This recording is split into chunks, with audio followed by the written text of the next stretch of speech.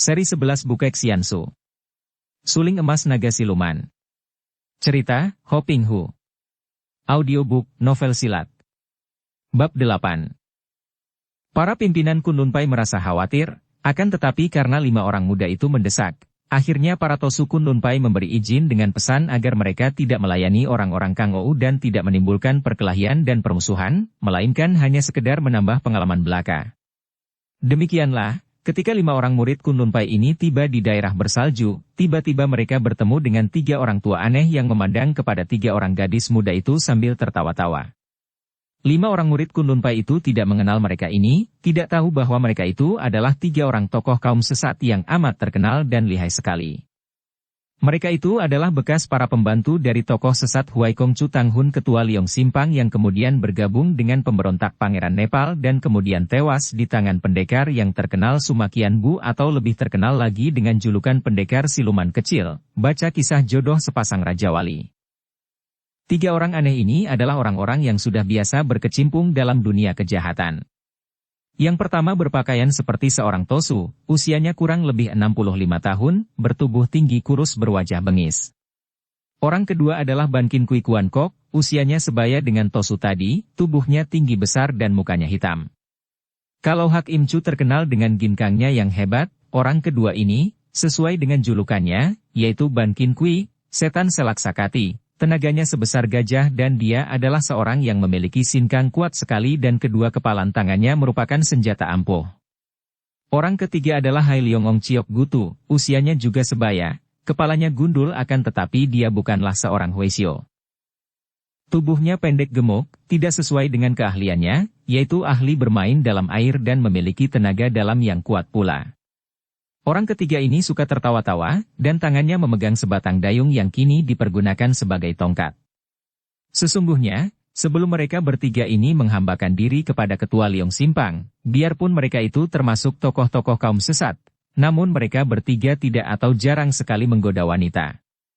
Akan tetapi, semenjak mereka menjadi pembantu-pembantu Huai Kongcu yang selalu menghibur mereka dengan wanita-wanita cantik, ketiga kakek ini berubah menjadi orang-orang yang haus akan pemuasan nafsu berahi mereka yang bangkit karena kebiasaan di Liong Simpang itu. Maka, kini ketika mereka melihat ada 3 orang gadis muda yang manis-manis, bertemu dengan mereka di tempat sunyi, tentu saja mereka menjadi tertarik karena pikiran mereka sudah membayangkan pengalaman-pengalaman lalu dengan wanita-wanita muda dan membayangkan betapa akan senangnya kalau mereka mendapatkan teman seorang satu di tempat yang sunyi dan berhawa dingin itu. Demikianlah timbulnya nafsu berahi atau nafsu apapun juga yang menguasai hati dan pikiran, menguasai batin kita setiap saat dan yang kemudian menjadi pendorong dari setiap perbuatan kita dalam hidup ini. Pikiranlah sumbernya. Pikiran yang bekerja mengenangkan segala kesenangan yang pernah dialami. Pikiran yang merupakan gudang dari pengalaman dan ingatan. Kalau mata kita tertarik dan suka melihat segala sesuatu yang indah setangkai bunga yang indah warnanya, awan berarak di langit, tamasya alam terbentang luas di depan kita, matahari senja yang menakjubkan, wajah seorang wanita yang cantik manis. Semua rasa suka memandang itu adalah wajar. Karena mata kita sudah dibentuk sejak kecil untuk menilai apa yang dinamakan indah dan apa yang buruk itu. Kalau yang ada hanya memandang saja, maka hal itu wajar dan tidak terjadi konflik. Akan tetapi sayang, setiap kali kita memandang, pikiran yang penuh dengan ingatan ini selalu campur tangan. Pikiran yang mendambakan kesenangan ini lalu membayangkan kembali segala kesenangan yang pernah dialami atau pernah didengarnya, lalu membayangkan hal-hal yang menimbulkan nafsu. Mata melihat wanita cantik jelita dan terjadi daya tarik, timbul semacam dorongan untuk memandang keindahan yang terdapat pada wajah itu. Kalau yang ada hanya memandang saja, maka setelah wanita itu lewat dan lenyap, habislah saja sampai di situ. Akan tetapi, kalau pikiran memasukinya, lalu membayangkan betapa akan senangnya kalau dapat bercinta dengannya dan sebagainya, maka timbullah nafsu berahi. Pikiran adalah sumber segala konflik. Pikiran menjadi tempat bertumpuknya kenangan akan hal-hal yang telah lalu, yang pernah kita alami dan selalu pikiran mengejar kesenangan atau lebih tepat lagi, mengejar pengulangan kesenangan yang lalu dengan menciptakan kesenangan yang ingin dialami di masa mendatang, dan selalu karenanya menolak dan menghindarkan ketidaksenangan. Karena keinginan mengejar kesenangan inilah maka timbul perbuatan-perbuatan yang menyeleweng daripada kebenaran, perbuatan-perbuatan jahat yang merugikan orang lain dan diri sendiri. Setelah melihat semua ini, dapatkah kita membebaskan diri dari pencampur tanganan pikiran? Dapatkah kita memandang atau mendengar saja penuh perhatian, tanpa adanya pikiran yang membandingkan, mempertimbangkan lalu memutuskan baik buruknya senang susahnya? Dapatkah pikiran berhenti mengoceh dan menghidupkan kembali hal-hal yang telah lalu? Tentu saja bukan berarti bahwa kita hidup tanpa pikiran. Hal itu sama sekali tidaklah mungkin. Pikiran adalah alat yang amat dibutuhkan untuk hidup, atau untuk melengkapi hidup ini. Tanpa pikiran, tanpa ingatan tentu saja kita tidak akan dapat pulang ke rumah, takkan dapat melakukan pekerjaan, takkan dapat menghitung, membaca dan sebagainya lagi. Pikiran amatlah penting bagi kita, yaitu dalam soal-soal teknis saja. Dalam soal-soal keperluan lahiriah saja. Akan tetapi begitu pikiran penuh ingatan memasuki batin, mengusik hubungan antara kita dengan manusia lain, akan terjadilah konflik. Dalam komunikasi antara kita dengan manusia lain, dengan benda, dengan batin, tidak dibutuhkan pikiran yang menilai berdasarkan ingatan masa lalu. Melihat sikap 3 orang kakek yang jelas membayangkan bahwa mereka itu adalah tokoh-tokoh berilmu, sebagai orang-orang muda yang tahu aturan Kang Ou, 5 orang murid Kunlun Pai itu lalu berhenti melangkah, dan menjura kepada 3 orang kakek itu dengan sikap hormat. Tan Choan sebagai yang tertua dan pemimpin rombongan, lalu melangkah maju. Sami Lo Chian Pue, 3 orang gagah, selamat berjumpa dan persilakan Sami lewat. Mereka lalu berdiri di tepi jalan untuk membiarkan mereka lewat lebih dulu. 3 orang kakek itu saling pandang dan Hai Leong Ong Chiok Gutu yang biasanya terus menyeringai dan tertawa-tawa itu berkata, "Aha, kalian adalah orang-orang muda yang tahu aturan dan menyenangkan sekali. Siapakah kalian?" "Kami berlima adalah murid-murid Kunlun Pai." "Wah wah wah, murid-murid Kunlun Pai juga berkeliaran sampai ke sini. Apakah kalian juga ingin pula memperebutkan pedang keramat Koai Leong Po Kiam?" Hak Im Chu berkata dengan nada suara mengejek. Diam-diam Tan Choan terkejut dan tidak senang melihat sikap mereka dan mendengar ucapan-ucapan yang nadanya mengejek itu. Sikap mereka tidak menghormat Kunlun Pai itu saja sudah dapat menimbulkan dugaan bahwa mereka ini adalah orang-orang dari golongan hitam. Kaum bersih, di mana juga dia berada, tentu akan menghormat Kunlun Pai yang merupakan sebuah di antara partai-partai persilatan besar. Akan tetapi dia menahan kesabaran dan menjura sambil berkata, suaranya tetap tenang dan halus. "Kami mendengar tentang Pokiam itu, akan tetapi kami hanya datang untuk melihat dan mendengar, meluaskan pengalaman kami yang dangkal. Harap Sami Lo Chian Pue tidak mentertawakan kami yang bodoh." Orang-orang Kunlun Pai selamanya sombong dan tinggi hati. Tiba-tiba Ban Kin Kui Kuan Oke mencela, suaranya berat dan memang dia pernah menaruh dendam karena pernah dia dikalahkan oleh seorang Tosu Kunlun Pai beberapa tahun yang lalu. Akan tetapi Hai Leong Ong Chiok Gutu yang masih tersenyum sambil memandangi 3 orang gadis itu, masih bicara dengan ramah. "Orang-orang muda, ketahuilah bahwa tempat ini amat berbahaya. Ada yeti mengamuk dan sudah banyak sekali orang Kang Ou yang tewas. Oleh karena itu, sambung Hak Im Chu, tidak baik bagi nona-nona ini untuk melakukan perjalanan sendiri. Kalian 2 orang pemuda boleh saja berjalan sendiri, akan tetapi biarlah 3 orang nona ini melanjutkan perjalanan bersama dengan kami. Kami akan menjaga dan melindungi keselamatan kalian, nona-nona manis." "Bagus. Seorang satu, itu baru adil namanya," kata pula Chiok Gutosu sambil tertawa bergelak. "Marilah, nona-nona. Kalian akan melakukan perjalanan yang menyenangkan, selain akan aman juga tidak akan kedinginan lagi, hahaha." 5 orang murid Kunlun Pai itu terkejut bukan main. Muka mereka sudah berubah merah sekali dan sinar mata mereka bernyala karena marah. Mereka telah diperingatkan oleh guru mereka agar tidak bermusuhan dan agar jangan berkelahi, akan tetapi kalau berhadapan dengan 3 orang kurang ajar semacam 3 orang kakek ini, apakah mereka juga harus bersahabat? Bagaimanapun juga, mereka adalah orang-orang muda gemblengan, maka Tan Choan dapat menyabarkan adik-adik seperguruannya dengan pandang matanya, kemudian dia menjura lagi dan berkata kepada 3 orang kakek itu, nada suaranya masih halus namun penuh ketegasan. "Kiranya Samwi adalah orang-orang yang merupakan tokoh besar di dunia Kang Ou, maka agaknya sengaja Samwi hendak menggoda kami orang-orang muda dari Kunlun Pai.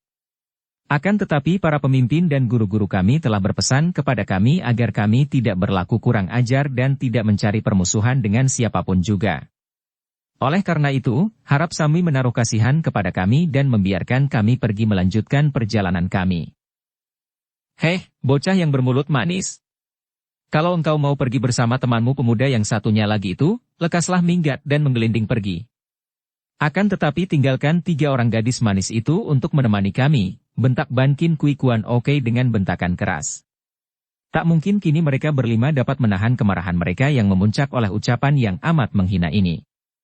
Jelaslah kini bagi mereka bahwa mereka berhadapan dengan tokoh-tokoh golongan hitam yang jahat sekali. Lim Sun yang lebih muda dan lebih berdarah panas itu lalu maju membentak. Siapakah kalian bertiga yang bersikap seperti memusuhi Kun Lun Pai? Bentaknya dengan melotot. Hak Im Chu tertawa menyambut pertanyaan ini.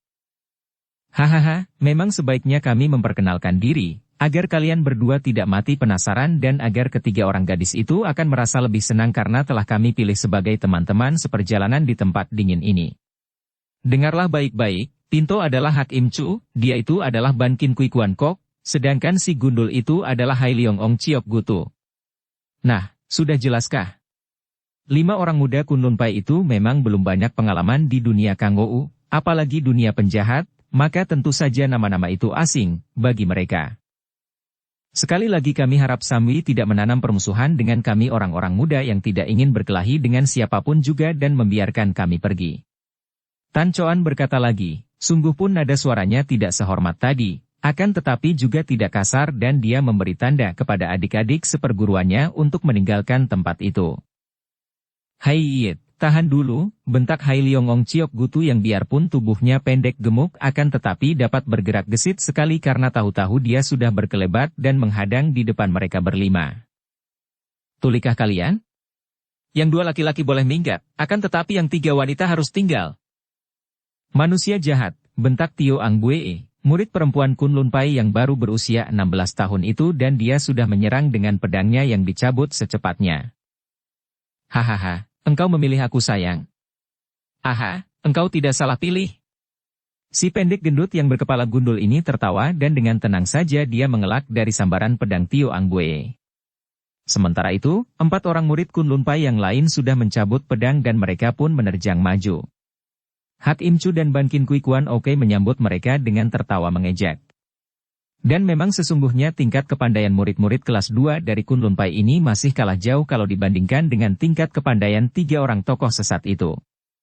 Tanpa mengerahkan banyak tenaga, lewat belasan jurus saja 5 orang muda itu sudah terdesak hebat dan akhirnya Tan Choan dan Lim Sun roboh oleh pedang Hak Im Chu dan senjata dayung di tangan Hai Leong Ong Chiok Gutu, sedangkan 3 orang gadis itu telah roboh tertotok.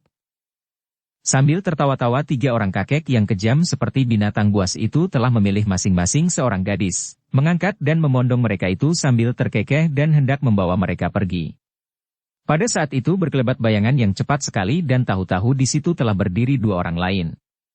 Melihat 2 orang ini, 3 orang kakek itu terkejut bukan main dan wajah mereka berubah pucat. Yang baru muncul ini adalah 2 orang kakek lain yang amat luar biasa. Yang seorang amat pendek, jauh lebih pendek gendut dibandingkan dengan Hai Leong Ong Chiok Gutu, karena si pendek yang berkepala gundul dan berpakaian seperti Weisyo ini tingginya tidak lebih dari 1/4 meter. Dia berdiri di situ sambil tertawa hahaha seperti orang gendeng akan tetapi sepasang matanya mencorong menyeramkan. Orang kedua tidak kalah anehnya. Sebagai kebalikan dari si gendut pendek, orang kedua ini berpakaian tosu, kurus sekali dan tingginya sampai 2,5 meter, 2 kali lebih tinggi daripada si pendek. Kalau si gendut pendek itu berwajah riang gembira, si tinggi kurus ini mukanya sedih seperti orang menangis, sepasang matanya sipit seperti terpejam. Tentu saja 3 orang kakek jahat itu terkejut seperti melihat setan, karena memang 2 orang di depan mereka itu seperti manusia-manusia setan yang terkenal sebagai manusia-manusia yang paling jahat di kolong langit. Mereka itu adalah orang keempat dan kelima dari sekelompok orang-orang sakti jahat yang terkenal dengan julukan Imkan Ngo Oke, 5 jahat dari akhirat. Si pendek itu adalah Su Oke, jahat keempat, Xiao Xiang Chu, sedangkan si jangkung itu adalah Ngo Oke, jahat kelima, Toat Beng Xian Su. Para pembaca cerita jodoh sepasang Raja Wali tentu sudah mengenal mereka ini karena mereka adalah tokoh-tokoh utama yang memimpin pemberontakan Pangeran Nepal terhadap Kerajaan Cheng beberapa tahun yang lampau. Dan karena 3 orang kakek jahat itu tadinya menjadi pembantu-pembantu Huai Kongcu yang juga bersekutu dengan pemberontak tentu saja mereka bertiga mengenal siapa adanya 2 orang aneh ini. Hak Im Chu dan dua orang kawannya cepat melepaskan tubuh tiga orang gadis Kunlun Pai itu dan menjura dengan sikap hormat sekali kepada Suokei dan Ngookei. Sungguh tidak mengira akan bertemu dengan Jiwi Lo Cianpue di sini, kata Hak Im Chu. Orang seperti Hak Im Chu sampai menyebut Lo Cianpue terhadap mereka berdua, sungguh merupakan penghormatan yang amat besar. Selamat berjumpa, apakah selama ini Jiwi Lo Cianpue baik-baik saja? Ban Kin Kui Kuan Oke juga menyapa dengan ramah. Kami menghaturkan hormat kepada Jiwi Lo Cianpue, kata pula Hai Liong Ong Ciok Gutu. Akan tetapi Suokei dan Ngookei tidak menjawab. Suokei hanya tetap hahaha menyeramkan, sedangkan Ngookei yang cemberut itu memandang kepada tubuh tiga orang gadis muda yang tak dapat bergerak karena tertotok itu. Akhirnya Suokei menoleh kepada Ngookei dan melihat betapa mata yang sipit itu ditujukan ke arah tiga orang gadis Kunlun Pai itu, Suokei tertawa bergelak. Hahaha. Kalau engkau menghendaki mereka, tiga ekor anjing tua ini harus dibunuh dulu. Ngookei mengangguk. Untuk apa kalau tidak dibunuh, katanya. Hak Im Chu dan dua orang kawannya terkejut bukan main. Jiwi Lo Cianpue mengapa berkata demikian? Kalau Lo Cianpue menghendaki mereka, biarlah kami mengalah dan menghaturkan mereka kepada Lo Cianpue dengan senang hati. Haha, anjing-anjing tua pengecut. Sudah berani naik ke sini mengapa takut mati? Hayo majulah, bagaimanapun juga kami harus membunuh kalian. Tiga orang tokoh sesat itu makin ketakutan sampai wajah mereka berubah pucat. Lo Cianpue sungguh tidak adil. Ban Kin Kui Kuan Oke berkata. Kami bertiga adalah sahabat-sahabat yang tidak pernah mengganggu Lo Cianpue, bahkan dengan hormat kami mempersembahkan tiga orang gadis ini kalau Lo Cianpue menghendaki. Mengapa hendak membunuh kami? Siapa bilang kita bersahabat? Ngookei mendengus dan matanya terbuka sedikit, sikapnya sungguh mengerikan. Lo Cianpue, bukankah kita pernah bersama-sama membantu Pangeran Nepal? Bukankah kita adalah orang-orang sendiri dan karena itu bersahabat? Hak Im Chu berkata. Hahaha. Si pendek gendut Suokei tertawa mengejek. Memang ketika itu kalian menguntungkan, maka bersahabat. Sekarang, kalian merupakan saingan kami dalam mencari dan memperebutkan Koai Liong Pokiam, maka kalian adalah saingan kami atau musuh dan harus dibunuh. Lain dulu lain sekarang. Dulu menguntungkan maka sahabat, sekarang merugikah maka musuh. Sungguh pendapat yang sama sekali mau enak sendiri saja. Akan tetapi, benarkah sikap Suokei dan Ngookei itu aneh dan jahat? Lupakah kita bahwa kita sendiri pun dengan diselubungi oleh segala sopan santun dan kebudayaan, pada hakikatnya mempunyai perhitungan dan pandangan yang tidak jauh bedanya dengan sikap dua orang manusia iblis itu? Sebaiknya kalau kita meneliti dan memandang diri sendiri, mengenal diri sendiri. Coba kita renungkan dan pandang dengan sejujurnya, mengapa kita mempunyai sahabat-sahabat dan mengapa pula kita mempunyai musuh-musuh? Bukankah orang yang kita anggap sahabat itu adalah orang yang kita pandang menguntungkan kita, baik keuntungan lahir maupun batin? Dan sebaliknya bukankah orang yang kita anggap musuh itu adalah orang yang kita pandang merugikan lahir maupun batin? Dan orang yang sekarang kita anggap sahabat, kalau pada suatu hari dia itu merugikan kita lahir atau batin, apakah dia masih kita anggap sahabat, ataukah lalu kita anggap sebagai musuh? Berapa banyaknya orang yang kini kita anggap musuh itu dahulu pernah menjadi sahabat kita? Kehidupan kita penuh dengan penilaian yang didasarkan untung rugi bagi kita sendiri, oleh karena itulah maka kita memisah-misahkan orang-orang lain sebagai yang disuka dan yang tidak disuka, sebagai sahabat atau musuh. Bukankah pada dasarnya kita, yang masih mempunyai sahabat dan musuh, tidak jauh beda pandangan kita dengan Suokei dan Ngookei? Tiga orang kakek itu sendiri adalah tokoh-tokoh jahat dan kejam. Baru saja mereka sudah memperlihatkan watak mereka yang kejam, dengan membunuh dua orang pemuda Kunlun Pai yang tidak berdosa dan hendak memaksa tiga orang gadis Kunlun Pai untuk melayani mereka. Maka, kini melihat sikap Suokei dan Ngookei, maklumlah mereka bahwa tidak ada jalan lain bagi mereka selain membela diri mati-matian. Dan karena mereka sudah tahu akan kelihayan Suokei dan Ngookei, maka mereka pun tidak mau mengalah dan tidak segan melakukan kecurangan demi untuk menyelamatkan diri. Hei! Tiba-tiba Hai Liong Ong Ciok Gutu yang berdiri di sebelah agak kiri dari Suokei, sudah menggerakkan dayungnya yang terbuat daripada kuningan itu dan menghantam ke arah kepala Suokei yang pendek gendut seperti dirinya, akan tetapi tetap saja dia masih lebih tinggi sehingga Suokei itu hanya sampai di bawah telinganya saja tingginya. Dayung itu menyambar dengan dahsyat sekali. Melihat ini, Hak Im Chu sudah menerjang maju lagi dengan pedangnya, sedangkan Ban Kin Kui Kuan Oke sudah menggunakan kepalan tangannya untuk membantu Ciok Gutu mengeroyok Su Oke yang mereka tahu lebih lihai daripada Ngo Oke si jangkung itu. Terjadilah perkelahian yang amat seru. Su Oke dengan enak saja menyelinap ke bawah dan dayung itu menyambar ke atas kepalanya. Ketika melihat berkelebatnya bayangan Ban Kin Kui yang memukul sehingga menyambar angin pukulan dahsyat dari tokoh bertenaga gajah ini, Su Oke tertawa dan tubuhnya sudah bergulingan ke atas tanah sehingga pukulan itu pun luput. Dua orang lawannya terus mengepung dan mengirim serangan bertubi-tubi, namun Su Oke selalu dapat mengelak dengan ilmu silatnya yang aneh. Tubuhnya kadang-kadang berloncatan, kadang-kadang menggelundung ke sana-sini seperti terenggiling dan kalau dia meloncat dari atas tanah, dia sudah mengirimkan pukulan yang amat kuat sehingga beberapa kali kedua orang lawan yang sudah mengelak itu tetap saja terhuyung, terbawa angin pukulan yang amat dahsyat. Sementara itu, Ngo Oke juga dengan enaknya menghadapi pedang di tangan Hak Im Chu. Tubuhnya yang jangkung itu kalau mengelak hanya dengan lengkungan-lengkungan panjang dan pedang itu selalu mengenai angin. Kemudian kedua tangan itu dari atas menyambar dengan lengan yang panjang seperti dua ekor burung menyambar-nyambar dari atas membuat Hak Im Chu sibuk sekali untuk melindungi tubuhnya dari sambaran dua buah tangan itu. Pedangnya terpaksa diputarnya secepat mungkin karena membentuk sinar bergulung-gulung merupakan benteng yang melindungi tubuhnya. Tingkat ilmu silat dari tiga orang kakek itu sesungguhnya sudah mencapai tingkat tinggi dan nama mereka di dunia Kang Ou sudah terkenal sekali. Murid-murid Kunlun Pai kelas 2 tadi pun sama sekali bukan lawan mereka, dan di dunia kaum sesat mereka ini sudah merupakan tokoh-tokoh yang disegani. Akan tetapi sekali ini mereka bertemu dengan datuk-datuk kaum sesat yang jauh lebih lihai daripada mereka. Baru ada satu saja di antara Imkan Ngo Oke, ada Su Oke atau Ngo Oke seorang saja, belum tentu mereka bertiga akan mampu mengalahkannya. Apalagi sekarang sekali muncul ada dua orang tentu saja mereka menjadi kewalahan sekali. Yang pertama kali mengalami desakan hebat adalah Hak Im Chu. Hal ini tidak mengherankan karena biarpun tingkat kepandaian Ngo Oke masih kalah setingkat dibandingkan dengan tingkat kepandaian Su Oke, akan tetapi Hak Im Chu menghadapi tokoh ini seorang diri saja, dan watak Ngo Oke berbeda dengan Su Oke. Su Oke adalah orang yang suka bergurau dan suka mempermainkan orang, maka kini menghadapi pengeroyokan dua orang lawan itu dia pun sengaja mempermainkan mereka, seperti dua ekor tikus dipermainkan seekor kucing yang sudah merasa yakin akan kekuatan dan kemenangannya.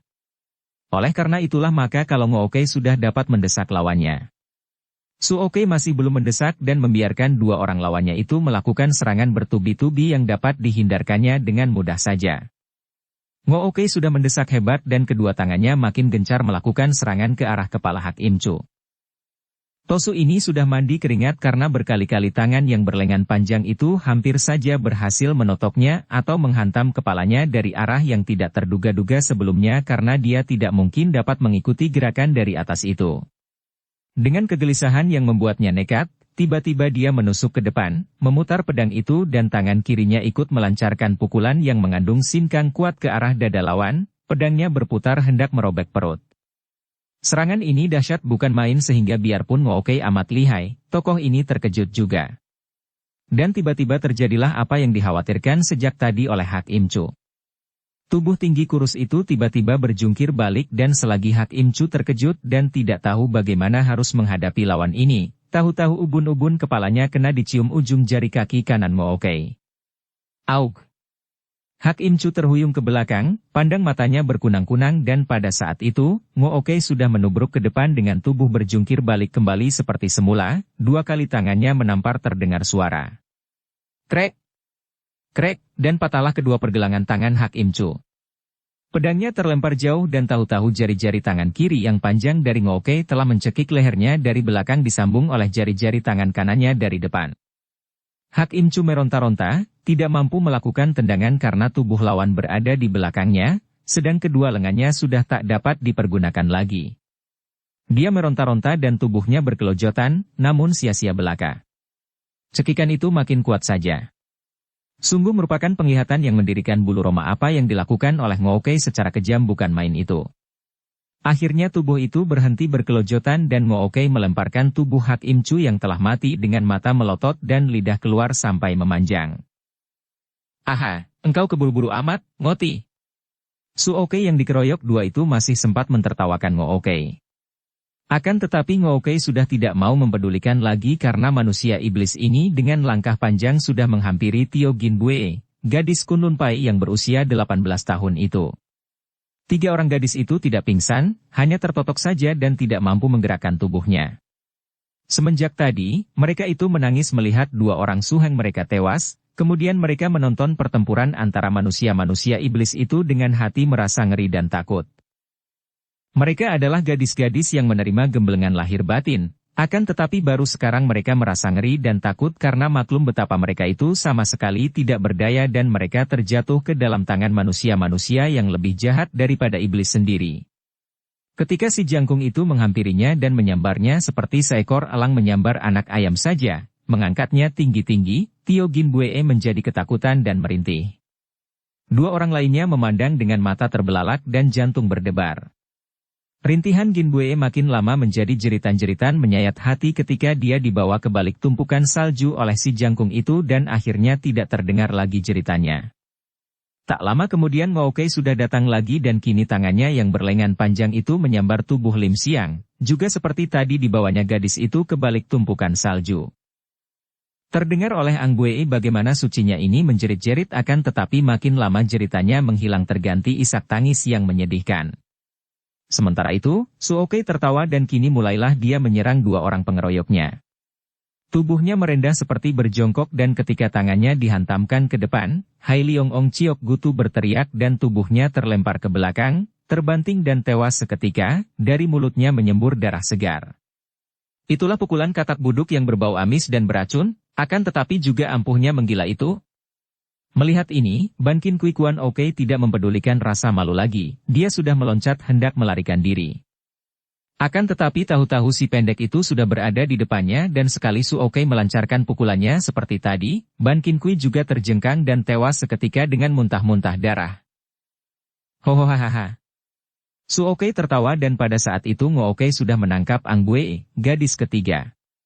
Gadis ini saking takut dan ngerinya sudah berhasil membebaskan diri dari totokan, maka kini dia meronta-ronta dan melawan, menangis sambil berusaha mencakar dengan kedua tangannya. Akan tetapi Ngookei tidak peduli, lalu membawa gadis itu ke tempat tadi, diikuti oleh Suokei dan dengan buas dia merenggut dan merobek-robek pakaian Ang Bue, kemudian memperkosa gadis itu di bawah penglihatan Suokei yang tertawa-tawa gembira. Ang Bue sempat mengeluarkan jerit yang amat melengking saking takut dan ngerinya, akan tetapi selanjutnya dia tidak berdaya seperti 2 orang sucinya yang sudah rebah sambil menangis dan dalam keadaan setengah pingsan itu. Agaknya jeritan inilah yang terdengar oleh Sim Hongbu dan Sim Tek. 2 orang paman dan keponakan yang melakukan perjalanan mencari Yeti ini mendengar suara jerit aneh di tempat sunyi itu. Mereka tadinya mengira bahwa jerit-jerit yang mereka dengar terdahulu dan hanya terdengar lapat-lapat itu adalah jerit dari makhluk yang mereka buru, yaitu Yeti. Maka mereka menuju ke tempat itu, di balik puncak, dengan hati-hati agar mereka tidak sampai bertemu begitu saja dengan makhluk berbahaya itu. Mereka berindap-indap dan mendekati tempat itu sambil berlindung. Akan tetapi jerit terakhir yang mereka dengar, yaitu jerit yang keluar dari mulut Ang Bue, adalah jerit yang jelas dapat mereka kenal sebagai jerit yang keluar dari seorang wanita yang mungkin berada dalam keadaan ketakutan hebat. Maka kini keduanya berlari-lari menuju ke arah datangnya suara. Mereka mendengar suara orang tertawa-tawa di balik tumpukan salju dan jerit wanita tadi tidak terdengar lagi. Maka keduanya lalu meloncat dan menuju ke balik tumpukan salju. Apa yang mereka saksikan membuat kedua orang pemburu ini berdiri terpukau dengan mata terbelalak dan sejenak mereka seperti berubah menjadi patung. Kemudian wajah mereka menjadi merah sekali, terutama sekali Sim Hongbu. Mereka melihat seorang kakek tinggi kurus sedang memperkosa seorang gadis yang bergerak meronta lemah, sedangkan seorang kakek lain berpakaian huesyo dan berkepala gundul sedang menonton sambil tertawa-tawa seolah-olah sedang menonton pertunjukan yang amat lucu dan menyenangkan. Manusia Hinadina. Manusia iblis tak berjantung. Sim Hongbu sudah memaki dan dia meloncat ke depan sambil mencabut pedang dengan tangan kanan dan tangan kiri memegang busurnya. Niatnya untuk menerjang kakek yang sedang memperkosa gadis itu, akan tetapi tiba-tiba kakek gundul itu menggerakkan tangannya menampar dan angin dahsyat menyambar ke arah Sim Hongbu dan membuat pemuda ini terjengkang dan bergulingan. Hahaha. Ada lagi yang bosan hidup, kata Suokei ketika dia melihat Simtek yang juga sudah tidak dapat bertahan menyaksikan peristiwa yang terkutuk itu, sudah menyerang pula dengan pedang di tangan kanan dan busur di tangan kiri. Dia maklum bahwa kakek gundul pendek itu lihai bukan main, akan tetapi untuk membela gadis yang diperkosa itu, dia tidak peduli apapun dan bersedia untuk mengorbankan nyawanya kalau perlu. Juga Hongbu sudah bangkit lagi dan membantu pamannya menyerang. Akan tetapi tetap saja mereka berdua tidak mampu menyerang kakek jangkung yang sedang memperkosa gadis itu, karena kakek pendek gundul selalu menghadang mereka. Maka terpaksa mereka kini menerjang kakek gundul dan terjadilah perkelahian yang tidak seimbang. Apalagi dikeroyok oleh dua orang pemburu paman dan keponakan ini. Sedangkan pengeroyokan dua orang berilmu tinggi seperti Ban Kin Kui Kuan Kok dan Hai Liong Ong Chiok Gutu pun berakhir dengan kematian dua orang lihai itu. Kini dengan enaknya Suokei mempermainkan paman dan keponakan itu. Dia hanya berdiri saja sambil bertolak pinggang, sedikit pun tidak bergerak, hanya kalau dua orang itu datang menyerang, dia mendorong dengan tangan kanan atau kiri dan dua orang itu sudah terjengkang sebelum disentuh oleh telapak tangannya. Melihat ini, Simtek marah sekali dan cepat dia memasang anak panah pada busurnya. Memang dia seorang pemburu yang pandai dan terlatih, juga berpengalaman, maka begitu dia mainkan anak panah pada busurnya, dengan cepat sekali anak panah menyambar bertubi-tubi ke arah Suokei. Melihat ini, Hongbu juga meniru perbuatan pamannya, akan tetapi dia tidak membidik ke arah Suokei, melainkan menunjukkan anak-anak panahnya ke arah punggung dan pinggul Ngookei yang telanjang. Terjadilah hal-hal yang amat luar biasa.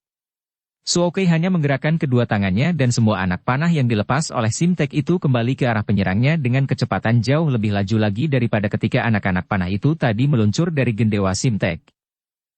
Pemburu ini terkejut dan berusaha mengelak, akan tetapi sebatang anak panah yang ditangkap oleh Suokei dan dilontarkannya, seperti kilat menyambar dan menembus dadanya. Robohlah pemburu itu dengan dada tertembus anak panah sampai ke punggung dan tentu saja dia roboh dan tewas. Anak-anak panah yang dilepas oleh Hongbu dengan tepat mengenai punggung dan pinggul si jangkung, akan tetapi anak panah itu seperti mengenai tubuh dari baja saja, semua terpental dan meleset, tidak ada sebatang pun yang mampu melukai tubuh Ngookei. Dan sebelum Hongbu dapat memanah lagi, tahu-tahu tengkuknya telah dipegang oleh Suokei dan dia tidak mampu bergerak lagi, hanya meronta-ronta di udara dan memaki-maki. Kalian membunuh pamanku. Kalian iblis-iblis terkutuk. Kalian manusia-manusia jahanam. Hayo, bunuh aku sekalian, teriaknya sambil kakinya menendang-nendang. Suko, jangan bunuh bocah itu. Mulutnya kotor, dia cocok untuk menjadi bujang kita.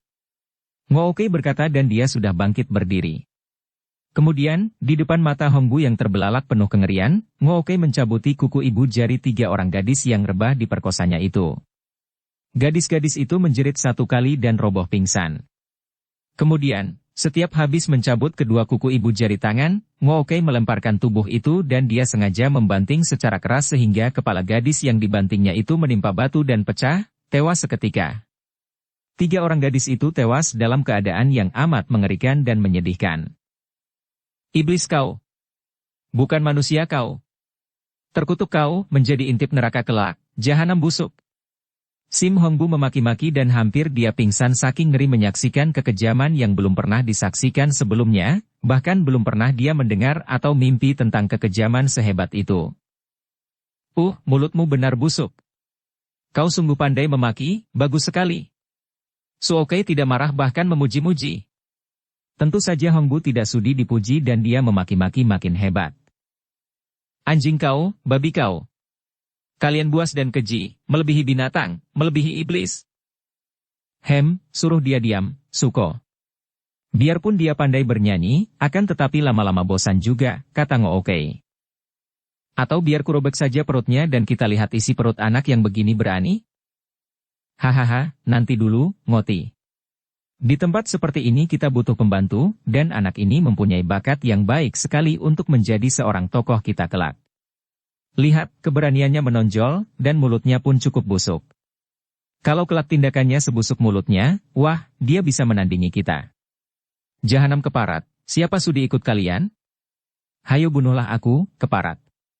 Kau kira aku pengecut takut mati? Mau merobek perutku, robeklah, siksalah, kalian memang anjing-anjing serigala yang buas. Lihat saja, kalau ada pendekar siluman kecil di sini, kepala kalian tentu akan dihancurkan. Saking marahnya dan karena merasa tidak berdaya melihat orang-orang ini berbuat kejam, dia teringat kepada pendekar yang dikaguminya itu dan menyebut namanya. Akan tetapi, dua orang tokoh sesat itu terkejut bukan main, wajah mereka berubah dan mereka memandang ke kanan kiri, seperti orang ketakutan. Di mana pendekar siluman kecil, bentak Ngooke yang biasanya pendiam dan tenang itu, kini kelihatan beringas dan gentar. Hongbu adalah seorang anak yang cerdik sekali. Melihat perubahan pada wajah kedua orang manusia iblis ini, tahulah dia bahwa nama pendekar yang dijunjungnya itu kiranya juga sudah dikenal oleh mereka ini dan mereka kelihatan gentar terhadap pendekar itu, maka dia lalu tertawa. Kalian masih bertanya lagi? Kalian tentu tahu sendiri kalau sudah mengenal beliau bahwa beliau adalah malaikat yang bisa menghancurkan iblis-iblis macam kalian dan dapat muncul sewaktu-waktu. Kau ingin mampus? Ngooke menghantam ke arah kepala Hongbu dan anak ini tanpa berkedip menanti datangnya maut. Plak, tangan Ngooke itu ditangkis oleh Suoke. Kau mengapa, Suko? Ngooke mendengus marah. Bodoh, anak ini agaknya mengenal dia dan kalau benar dia muncul, kita dapat mempergunakan dia sebagai sandera. Tolol. Hongbu juga segera mengerti persoalan ini dan dia tertawa bergelak. Hahaha, kiranya kalian ini hanya garang kalau menghadapi orang lemah saja. Sekali mendengar nama pendekar siluman kecil, kalian terkencing-kencing dan terkentut-kentut ketakutan dan menggunakan akal licik dan curang untuk menggunakan aku sebagai sandera. Hahaha, lihat siapa di sana itu? Tiba-tiba dia menuding ke kanan. Dua orang itu terkejut bukan main, cepat menoleh ke kanan akan tetapi di situ tidak ada siapa-siapa. Oh, siapa itu di sana? Kembali Hongbu menuding ke kiri, dan secepat itu, pula kedua orang itu menengok ke kiri, sikap mereka jelas membayangkan ketakutan sehingga Hongbu mentertawakan mereka. Bocah ini mempermainkan kita. Ngooke mengomel. Sudah kukatakan dia berbakat untuk menjadi tokoh golongan kita, kata Suoke. Mari kita pergi. Dia lalu melompat sambil tetap mencengkeram tengkuk Hongbu, diikuti oleh Ngooke. Kalian tidak tahu? Di depan situ, lihat siapa yang menanti kalian, kata pula Hongbu yang sengaja hendak mempermainkan mereka. Dia tidak berdaya, tidak mampu melawan, tidak mampu membalas, maka dia hanya dapat membalas mereka dengan menakut-nakuti mereka saja. Bocah tolol, kamu kira dapat menakut-nakuti? Tiba-tiba ucapan Ngooke ini terhenti dan dia berdiri seperti patung, juga Suoke mengeluarkan seruan kaget. Bahkan Hongbu sendiri juga terkejut setengah mati ketika pada saat itu terdengar suara geraman yang luar biasa dahsyatnya, suara geraman yang membuat salju berhamburan dan tanah yang mereka injak berguncang. Dan di depan mereka telah berdiri seekor makhluk yang mengerikan dan menakutkan sekali.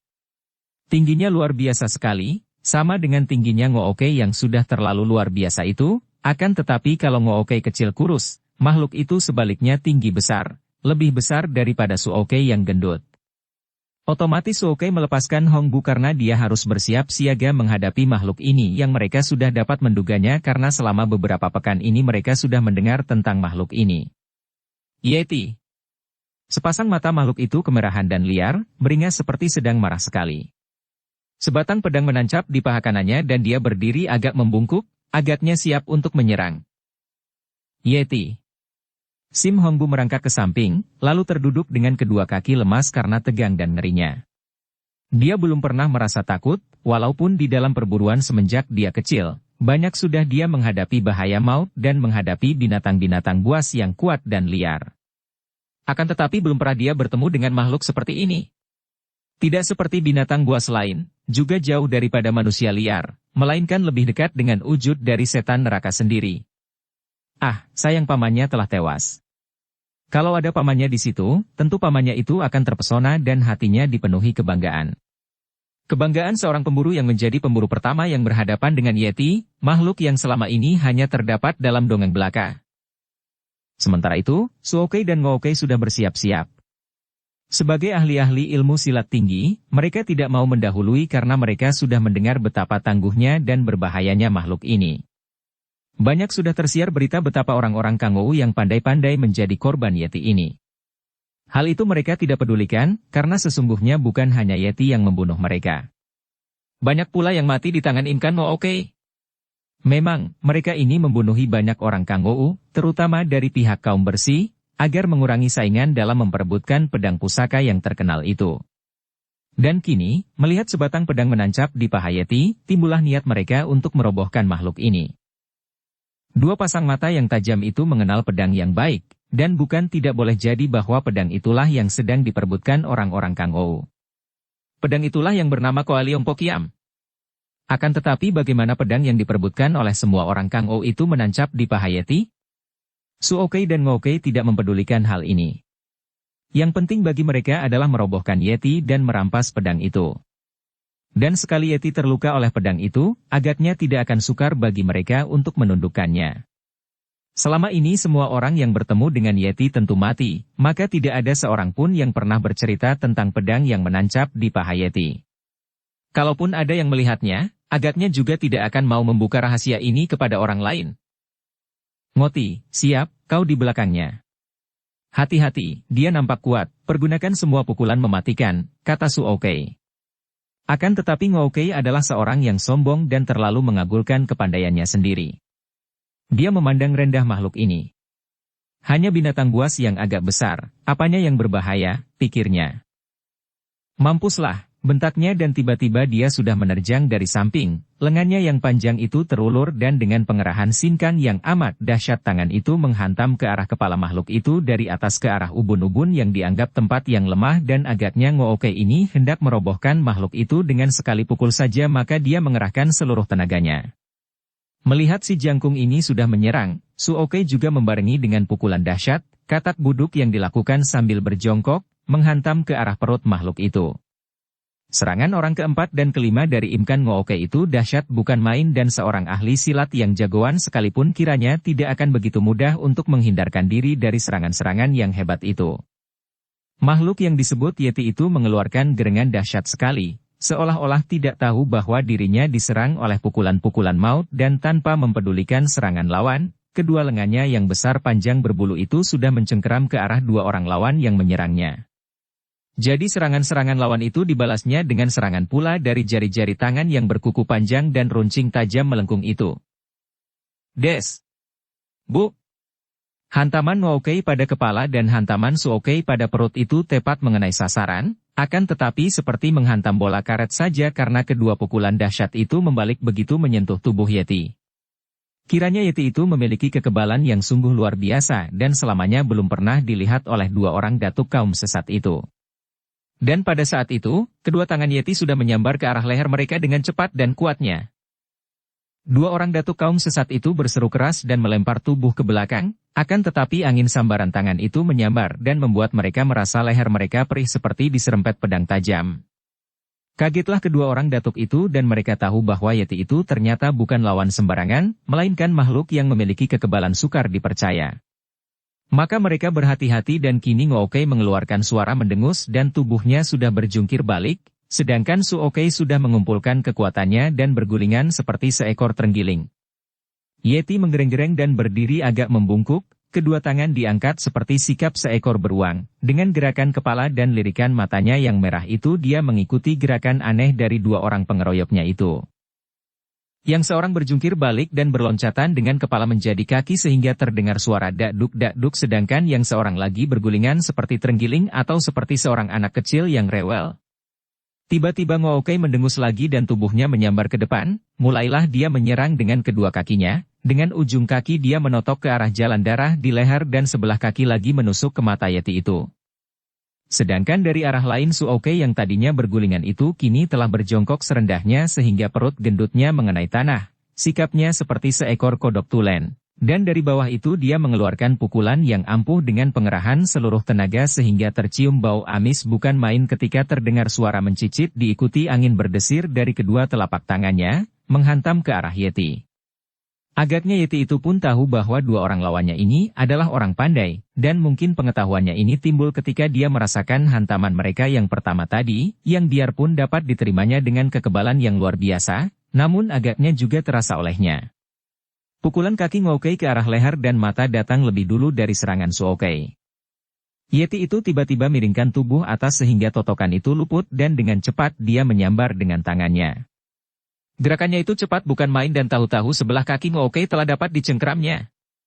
Ngookei terkejut bukan main, mengerahkan tenaga dan meronta. Pada saat itu, pukulan Suokei telah tiba dan menghantam dada Yeti. Des! Sekali ini karena Yeti itu membagi tenaganya untuk menangkap kaki Ngookei dan Suokei memukul dengan pengerahan seluruh tenaga, maka Yeti menggereng, pegangannya terlepas dan dia terlempar ke belakang, lalu jatuh terbanting. Akan tetapi hal ini membuatnya semakin marah dan agaknya dia hanya nanar sedikit saja, lalu dia meloncat dan menubruk ke arah Suokei. Bukan main kagetnya orang pendek gendut ini ketika merasa betapa tubuhkan ini mengandung tenaga sedikitnya 1000 kati.